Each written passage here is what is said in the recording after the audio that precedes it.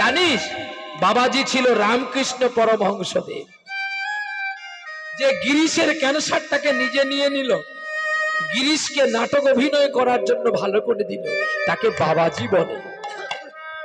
বাবাজি ছিল কে জানিস? বাবাজি ছিল হরিশ্চন্দ্র রাজা, যে বিশ্বামিত্রকে রাজ্য দানের পরে তার স্ত্রী পুত্রকে বন্ধক রেখে দক্ষিণা দিয়ে নিজে চন্ডাল সেজেছিল, তাকে বলে বাবাজি। আর বাবাজি কাকে বলে জানিস? বাবাজি বলে চিরনিত্য মাধবেন্দ্র পুরীকে।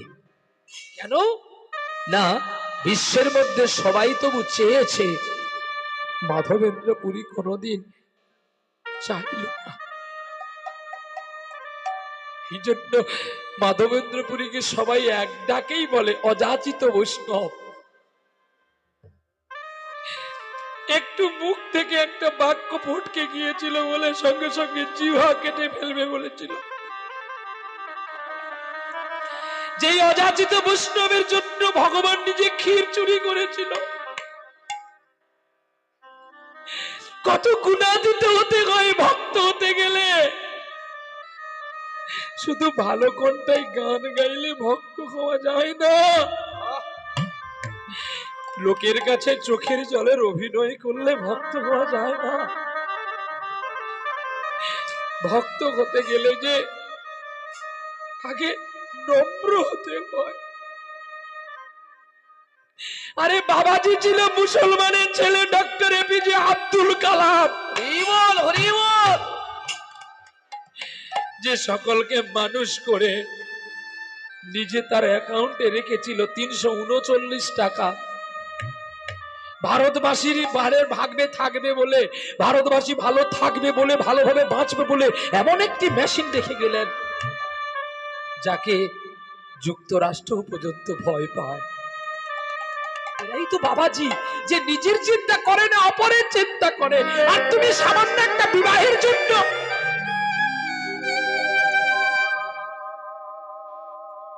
গ্রামবাসীর চোখে জল দেখে বাবাজি আকুল হয়ে উঠল, না না না, আমি বিয়ে করব। আমি চাই না আমার জন্য তোমরা কষ্ট পাও। ত্রিনাদোপি শুনিছেন তরুরেব সহিষ্ণুনা অমানীন মানধেন কীর্তনিয়া সদা। আজকে কিন্তু আমি মাস্টার মশাই নয়, আর আপনার ছাত্র নয়। ঘুরিয়ে নেন, আপনারাই আমার মাস্টার মশাই, আমি আপনাদের ছাত্র। আপনারা আমাকে যেমন করে কৃপা করবেন আমি তেমনি করেই চলব। কোনদিন কীর্তনিয়া বড় হয় না, শ্রোতাই বড় হয়। ভক্তের পদরেণু মাখবে বলে পরীক্ষিত মহারাজ এই সভাটা করেছিল। গায়ক হওয়া সোজা গো, কিন্তু শ্রোতা হওয়া বড় কষ্ট। প্রচারক হওয়া সোজা, কিন্তু প্রচারকের বিভাজন করা বড় কষ্ট। দুধ খেলে যেমন মানুষের উপকার হয়, আবার ওই দুধে যদি সাপে মুখ দেয় সেই দুধ খেলে মানুষের মৃত্যু হয়। এই জন্য বৈষ্ণবের বদনে শোভাকৃত হরি কথা, অবৈষ্ণবের বদনে নয়। তাই আপনারা যে বৈষ্ণব আর আমি তো অবৈষ্ণব, যদি আপনারা কৃপা করেন, আপনাদের চরণে একটু ঠাঁই দেন, যদি কৃপা পাই, যদি একটু বৈষ্ণবের চরণ পাই, ওগো বৈষ্ণব ঠাকুর আমার দয়ার সাগর, এ দাসে করুণা করি হরে।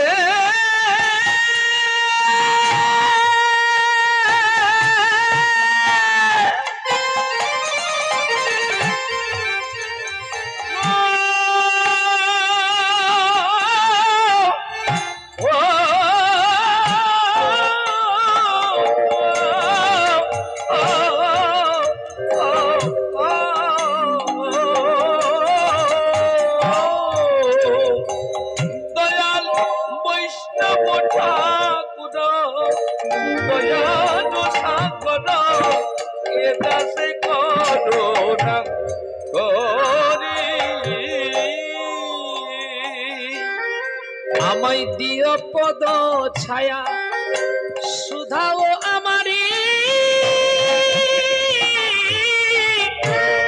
তোমার চরণ ধরে বলো বলো তুমি ছাড়াই আমার আর কে আর আছে বলো তুমি ছাড়াই আমার কে জানে আছে ওরে পাপের নৌকা কে পাইবে বলো বলো তুমি ছাড়াই আমার আর কে আছে আমার গ্রাম কোদে নৌকো ভর্তি আছে বলো তুমি ছাড়াই আমার কে জানে আছে চরণ ধরে আমি বিনয় করি আমি চরণ ধরে বিনয় করি একবার কৃপা করো হে বৈষ্ণব ঠাকুর তুমি ছাড়াই আমার কে নাই বলো জয় রাধে শ্রী রাধে বলে তুমি ছাড়াই আমার কে নাই জয় রাধে শ্রী রাধে বলে তুমি ছাড়াই আমার কে ও রাধে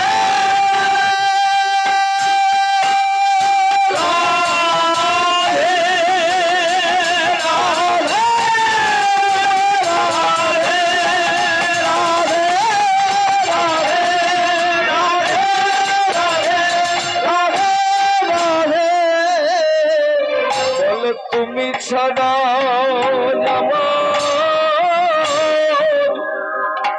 কে জানে আছে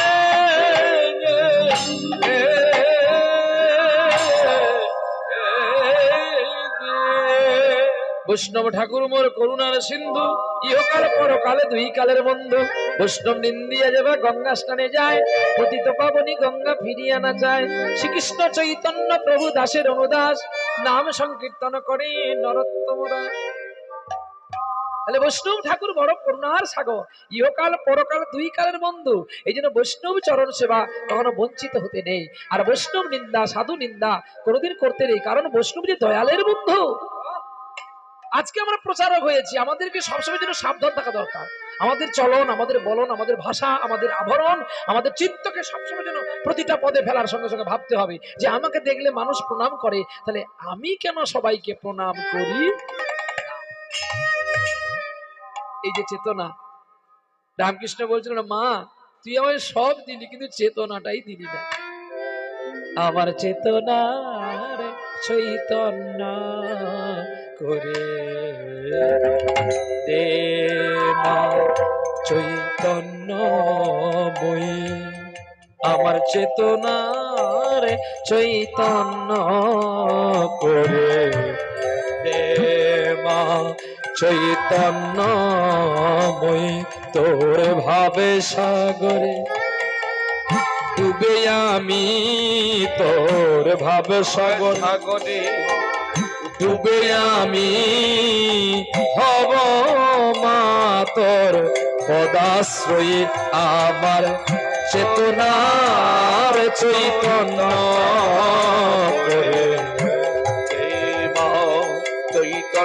চৈতন্যময়ী অজ্ঞান মোর স্বভাবে হতে আজ তোর ভাবে তুই নেমা ডেকে অজ্ঞান মোর স্বভাব হতে তোর ভাবে তুই নেমা ডেকে আমার জ্ঞানে চক্ষু আজ মিলে দেখি আমার জ্ঞানে চক্ষু মিলে দেখি কেমন মা তুই জ্ঞানাদ্রয়ী আমার চেতনার চৈতন্য করে দেবা চৈতন্যময়ী দেবা চৈতন্যময়ী দেবা চৈতন্যময়ী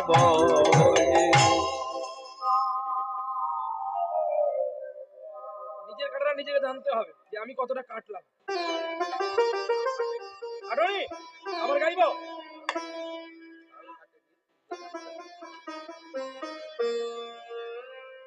মহাপ্রভু সবসময় যেন বলে সুরে শালা বলবি তাল কাটবি না।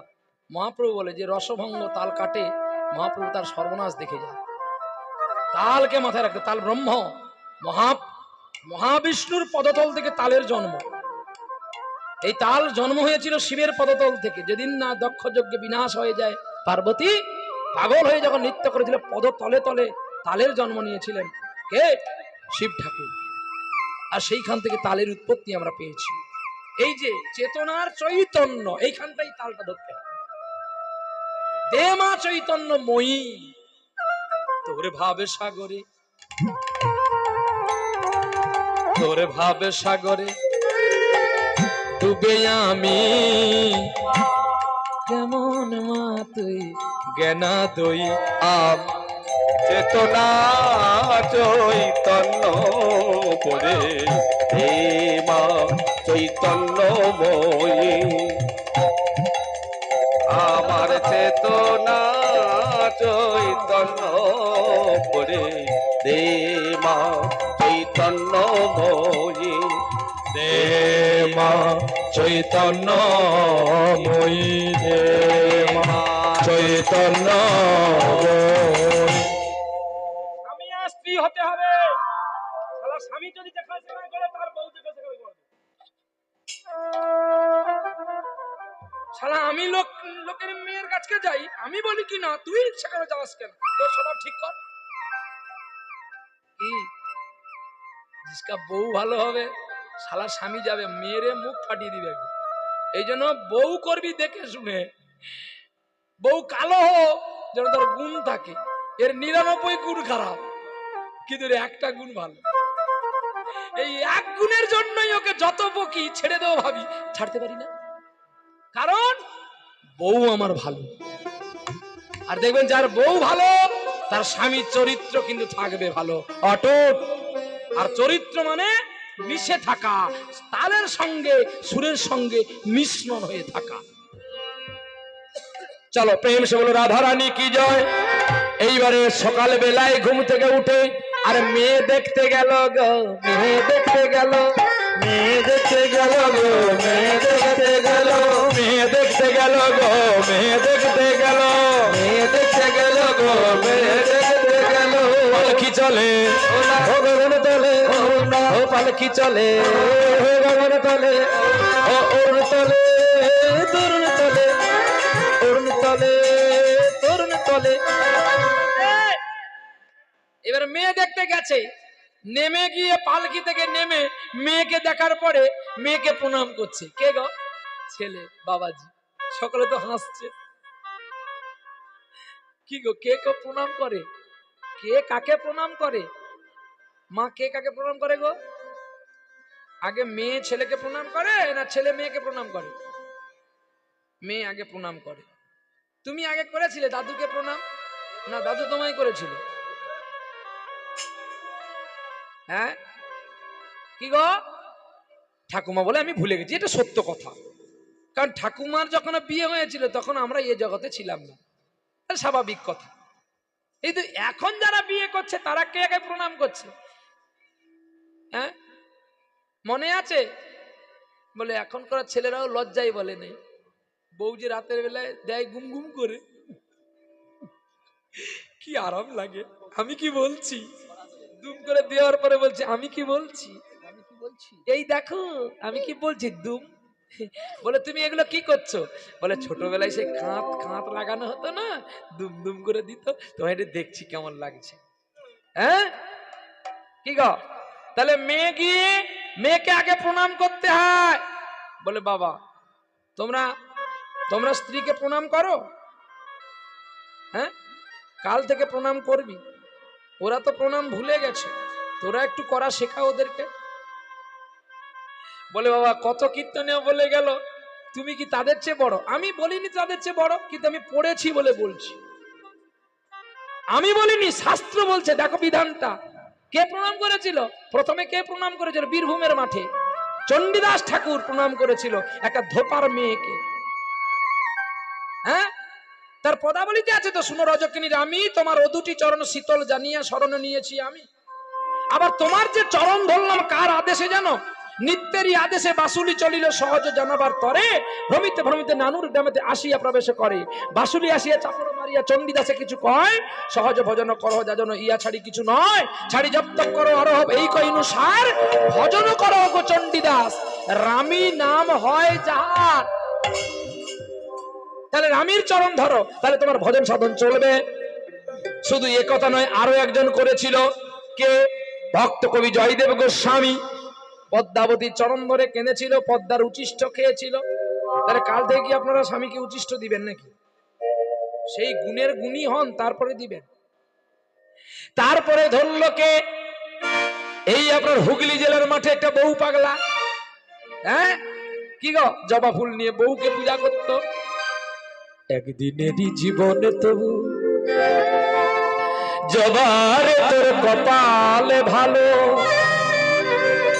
শ্যামা মায়ের চরণ তলে, শ্যামা মায়ের চরণ তলে তোরি শুধু ঠাই যে হলো, একদিনের জীবন তবু জবার তোর কপাল ভালো, শ্যামা মায়ের চরণ ছুঁয়ে, শ্যামা মায়ের চরণ ছুঁয়ে তোরি শুধু ঠাই যে হলো। রামকৃষ্ণ করেছিল প্রণাম, পুজো করেছিল, আর কে করেছিল?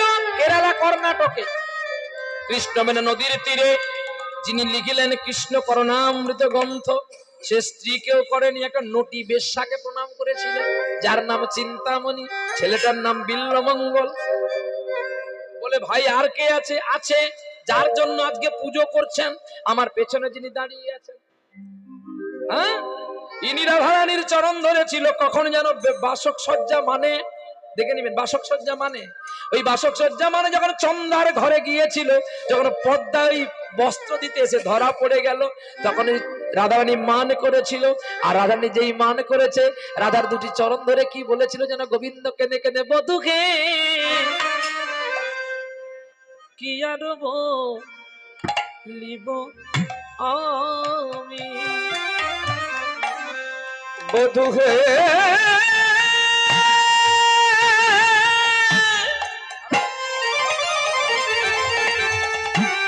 প্রাণবধূ,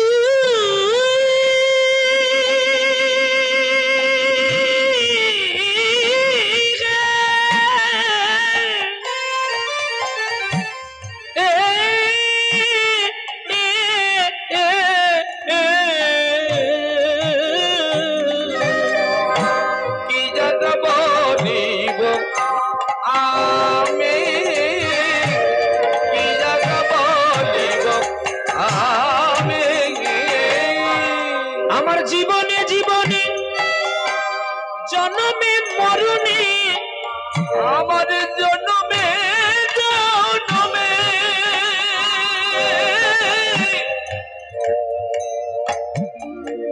জীবনে জীবনে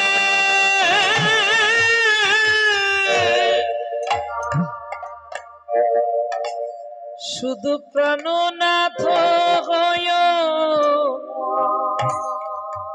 তুমি,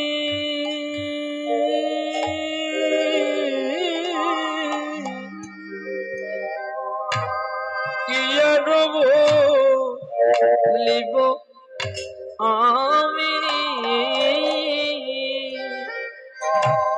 রাধারানীর চরণ ধরে ভালোবাসা প্রেমবৃত মানুষ মুখে চুম্বন করে, কিন্তু আজকে গোবিন্দ চুম্বন কোথায় করছে দেখো, রাধার চরণ কমলে, ঠিক বুকের কাছে ধরেছে চরণ। রাধে গো, আমি জানি অপরাধ আমি করেছি, কিন্তু আমি ইচ্ছাই করিনি, ওরা আমায় করিয়েছে। এই দেখো, তোমার এত বড় চরণে যদি আমায় একটু ঠাই না দাও, তোমার চরণের ধারে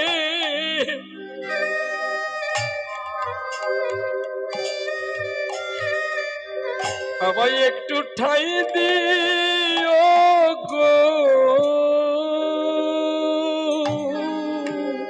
ও, ও।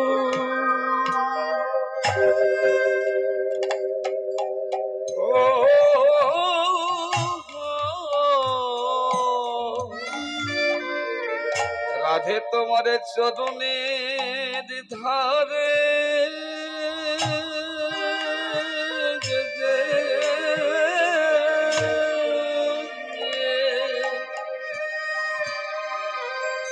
চরণের ধারে ঠাঁই দি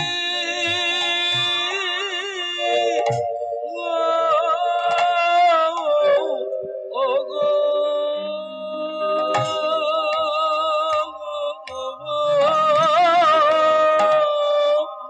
রাধারানীর চরণ ধরে কাঁদছে গোবিন্দ, আর চরণের ধারে লিখলো নয়ন জলে কৃষ্ণ নাম।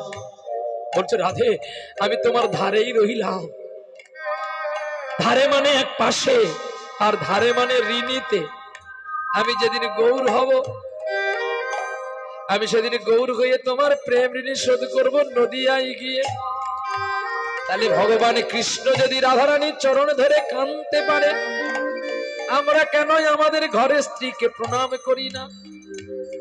প্রণামের নিয়ম জানতে হবে, প্রণামের পদ্ধতি জানতে হবে। যখন তখন প্রণাম করলে ফল পাবেন না। তাহলে প্রণাম করতে হবে 3 দিনের অতিক্রিয়া যোগে। এই 3 দিনে প্রণাম করলে তোমার আমার জীবন ধন্য হবে। তাই বাবাজি গিয়ে প্রথম দিনে প্রণাম করে বলছে, ওগো ওগো লক্ষ্মী প্রিয়া, তোমার মতো স্ত্রীকে পাওয়াই আমার বড় ভাগ্যের ব্যাপার। আমার কোটি জন্মের সৌভাগ্য হলো তোমার মতো স্ত্রীকে আমি পেলাম। এই বলে সেই স্ত্রীকে পাওয়ার পরে বিবাহের দিনক্ষণ হয়ে গেল। আগামী দিন আমার লক্ষ্মী প্রিয়ার সঙ্গে আমার বাবাজির বিবাহ হবে। এই বলে চলে আসলো, বাড়ি চলে আসলো। পোনাপনি দাবি দাবা সবকিছু হয়ে গেল। ছেলে বলছে আমার দাবি আছে। কি না, কিলো 30 সোনা দিতে হবে। 30 কিলো সোনা? বলে হ্যাঁ। আমি পাত্রটা তো খারাপ নয়। বলে বাবা আমার মেয়েকে বিয়ে করতে হবে না। বলে বাবা গো আমি তোমার সঙ্গে মজা করলাম, 30 কিলো সোনা কেউ দিতে পারে? শোনো বাবা, তুমি যে তোমার লক্ষ্মীকে আমাকে তুলে দিচ্ছ, আমার কোটি কল্প যুগের সৌভাগ্য। চলো। পরের দিন বিকাল বেলায় বিয়ে হতে বেরিয়ে পড়লো। আর হুনহুনা রে হুনহুনা রে হুনহুনা, হুনহুনা রে হুনহুনা রে হুনহুনা, হুনহুনা রে হুনহুনা রে হুনহুনা, হুনহুনা রে হুনহুনা রে হুনহুনা। আহো পালকি চলে ও গগন তলে, পালকি চলে গগন তলে, অরুণ তলে, তরুণ তলে। এবার মজা লেগেছে, এবার মজা লেগেছে, এবার মজা লেগেছে, এবার মজা লেগেছে। ওরে পালকিতে বড় চলেছে, এবার মজা লেগেছে, পালকিতে বড় চলেছে, এবার মজা লেগেছে, ও পালকিতে বড় চলেছে, এবার মজা লেগেছে, পালকিতে বড় চলেছে, এবার মজা লেগেছে। যায় না তারে চেনা গানা, যায় না তারে চেনা গো, যায় না তারে চেনা গো, যায় সাজায় আছে যায় না তারে চেনা গো, এবার সাজায় চলেছে যায় না তারে চেনা গো। এবার মজা লেগেছে, এবার মজা লেগেছে, এবার মজা লেগেছে, এবার মজা লেগেছে। আরে পালকিতে বড় চলেছে, এবার মজা লেগেছে, আরে পালকিতে বড় চলেছে, এবার মজা লেগেছে, পালকিতে বড় চলেছে, এবার মজা লেগেছে, পালকিতে বড় চলেছে, এবার মজা লেগেছে। হুনহুনা রে হুনহুনা রে হুনহুনা, হুনহুনা রে হুনহুনা রে হুনহুনা, হুনহুনা রে হুনহুনা রে হুনহুনা, হুনহুনা রে হুনহুনা রে হুনহুনা। পালকিতে বর চলছে, উলু বাজে শঙ্খ বাজে, বাজে করো তালি, উলু বাজে শঙ্খ বাজে, বাজে করো তালি, উলু বাজে শঙ্খ বাজে, বাজে করো তালি, উলু বাজে শঙ্খ বাজে, বাজে করো তালি। আবার বাজে